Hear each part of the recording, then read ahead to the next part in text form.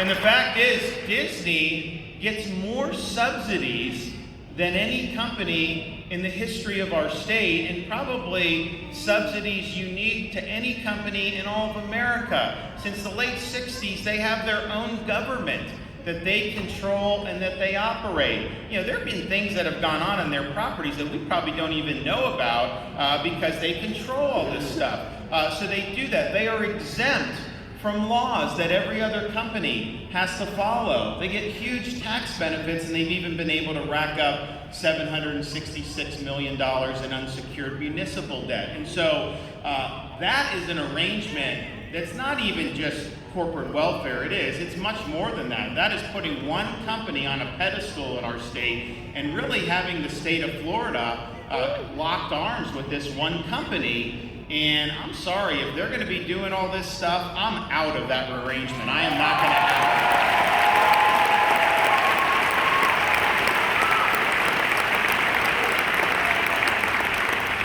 it. So we made sure that when the legislature came back in mid-April, which they had to do the congressional districts that were still outstanding, that we would add something to make sure that Disney would not have its own government. Disney will follow the same laws as everybody else. Disney will pay its fair share of taxes, and they will honor these debts. And that's what's going to happen.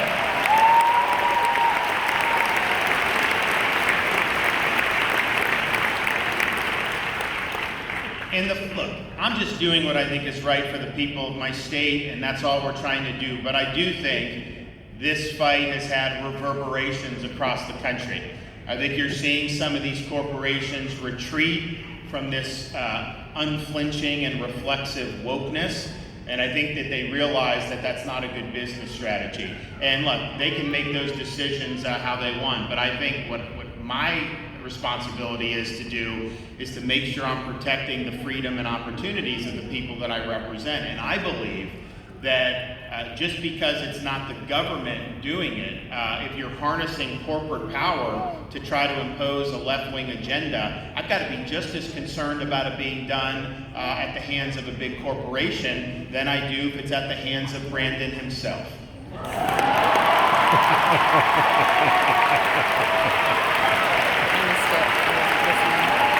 I got to be just as concerned about the hands of the corporation as Brandon himself. That's so Brandon.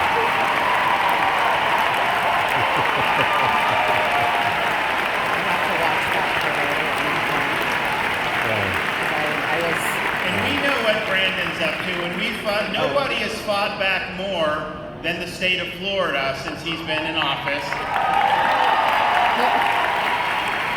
He definitely is surrendered. We've saved tens of thousands of jobs as soon as he started doing these vax mandates, and then a lot of companies were doing it anyways.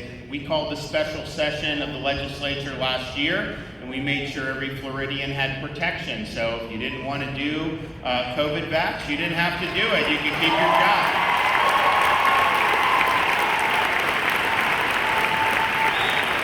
You know, it got to the point with these mandates, they would go after these nurses. And so these nurses, first of all, many of them had already had COVID and have immunity through prior infection, which, you know, people like the CDC and Fauci claimed didn't exist until very recently, even though everybody knew that. And so a lot of them had already had it anyways, but a lot of them did not want to take these COVID vaccines. And so they've been working, they've been doing all this, and so you had certain states would fire all the nurses, even though we need more healthcare personnel, not less. So you have these nurses on the sideline who, most of them have had COVID and have recovered, they're healthy, they can work. And so when you're shorthanded, you have a surge, they needed to bring more people in, but they would not do the healthy nurses just because of the vax. So they actually were bringing on the job vaccinated nurses who were currently COVID positive and putting them back into the hospital. I'm sorry, that is a religion with this vax when you start doing it like that. That is not something that is based on any type of epidemiological evidence. It's like if you're a good person according to them, you take it. If you don't, then you should be marginalized and have your rights restricted, and that's not going to fly in the state of Florida. So we make sure we protected all these people.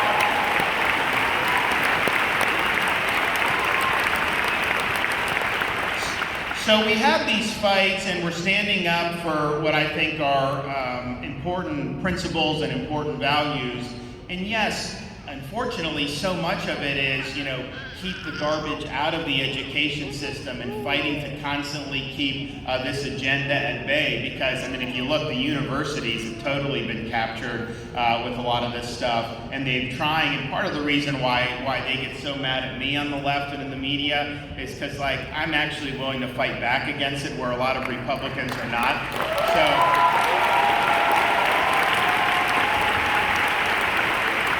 So a lot of it is, okay, we want to, aggressively protect parents' rights, aggressively protect these kids, making sure that they're not able to use the education system to do a lot of this. But we also, I think, have an obligation to say, what are you for? And I think one of the things we've done more than any other state since I've been governor is we've placed a renewed emphasis on American civics and understanding the foundations of our country. It was not required in high school before I became governor. It's now a requirement in high school again that they take it. How is that? And so we list all the things that have to be done in terms of understanding the Declaration of Independence, understanding that the Founding Fathers believed, and I believe, that our rights are endowed by God, not created by government. And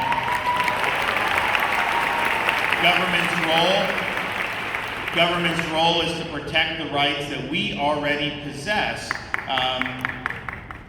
from the Creator. So that is just fundamental. Understanding why they separated branches, checks and balances, Bill of Rights, all the different things that they did at that time, and then all the key moments in American history from Civil War, from World War II, Civil Rights, the Cold War. All these things very, very important. And the way I look at it is you're going to have kids that are here, educated, and then they go wherever, workforce, state college, university, whatever they want to do. And that's going to be a wide variety of things. But all of those students are going to be called upon to exercise the duty of citizenship in our republic. And some people that means something, some people it may not mean as much. But I think we have a responsibility to send these kids into the world with a solid foundation of what it means to be an American.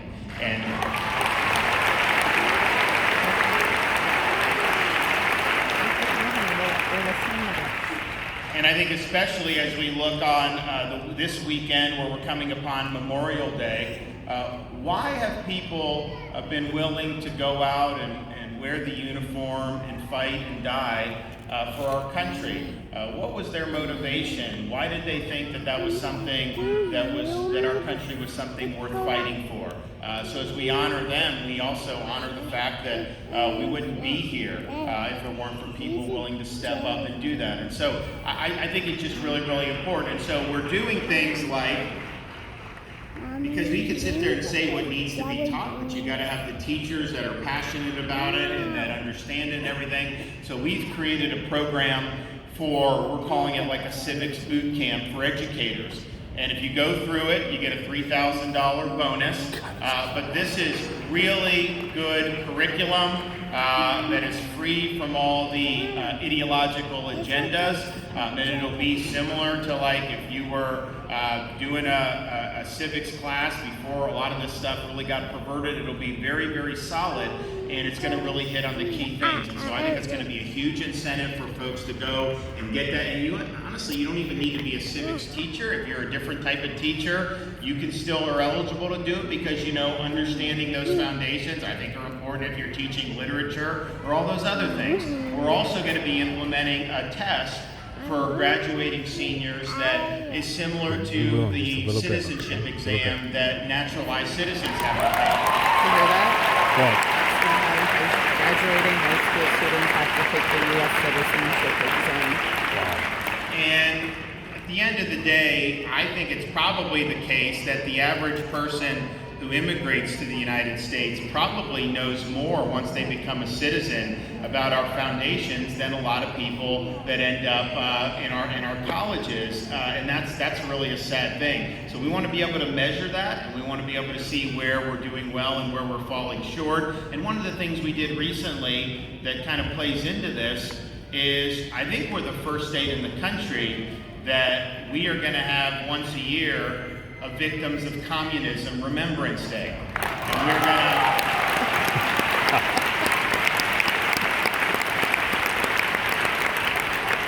More people than we're going to have instruction on that day about the evils of communism. You know, they had over 100 million dead in the 20th century just at the hands of Marxist-Leninist regimes. And yes, we fought the Cold War. Yes, the Berlin Wall fell down. Yes, the Soviet Union disintegrated. But Marxism is not dead. There may be more Marxists on college faculties in the United States than all of Eastern Europe right now, but it's not dead in places like the Communist Party of China. It's not dead in places like Cuba and Venezuela and Nicaragua, and it's not dead in other parts of the world. And so authoritarianism, particularly authoritarianism that rejects the existence of God and that views the state as the supreme being and the leftist dictator as the supreme being, that has been a disaster for humanity. And we need to make sure that our students understand that, because you go to these colleges and you'll see them with Soviet Union flags or Che Guevara shirts, or they'll talk about like how great Mao Zedong was. And to me, that just shows your ignorance when you're doing that. And so it's our responsibility to correct that.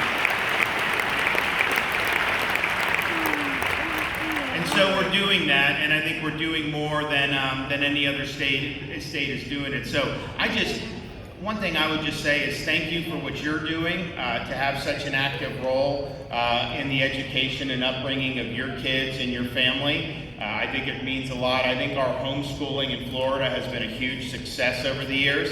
I think you're looking at,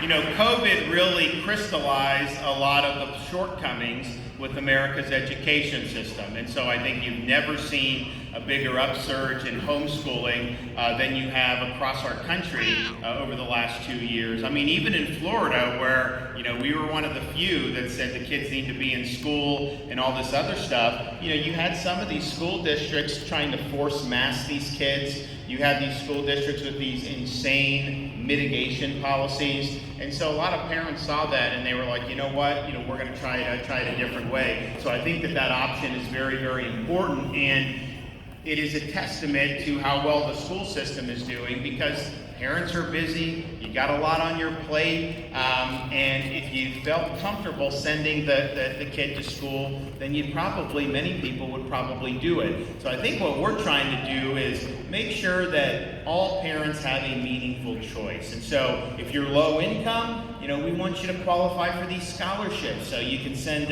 your child to the school of your choice. We want to make sure that you have access to school choice like charter schools. And even within the school systems, we have supported choice where you can go and do different things. And of course, the choice to be able to homeschool your kids. But I think it should be a choice, and I think we're doing a disservice if parents feel that they have no choice but to do this. And so we're working hard to make sure that we get our school system in good order. I'm not saying that any of you need to go rushing back, but I think that some parents have been so exasperated over the last couple years across the country because of what they've seen. And I think that's unfortunate. I mean, we put a lot of money into this. It's something that is in our state constitution to be able to do, and I think we have an opportunity to do well. It's funny though, I mean, all the stuff they're trying to get into the schools, and they get mad at people like me for trying to make sure that the kids are able to go without having some of the stuff like gender ideology. But they are the ones that are very intent on having no God in the schools. They don't want, we did a moment of silence that's mandatory for public schools so that kids have the ability to reflect and pray. And a lot on the left opposed us for doing that. So you wonder in some of this.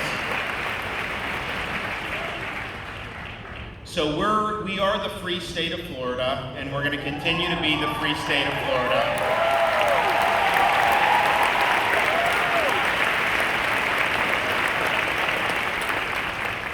And really, I think the indispensable element to making sure that we have been a free state and will remain a free state, yes, you got to understand the different policy issues at stake here, but a lot of them aren't rocket science. I mean, do you think parents have rights or not? I mean, those are easy decisions to make. A lot of these policies are very easy to figure out what are the best policies. I think the difficulty becomes is that when you're standing for the right things in this day and age, you get a lot of resistance. People throw arrows at you. People will try to smear you. And so the indispensable ingredient, I think, in times like these is courage. You got to have the courage to stand strong against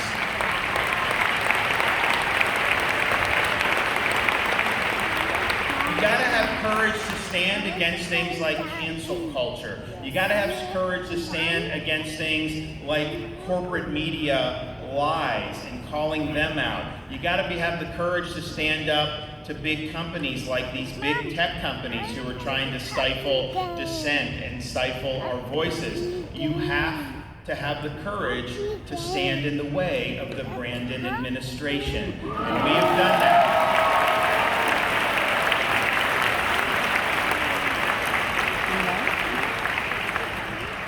So I can tell you this, as long as I'm governor, I'll be standing my ground. We'll be holding the line. We're not going to back down. We've accomplished an awful lot, more than anyone thought possible, but I've only begun to fight because we have to keep Florida free.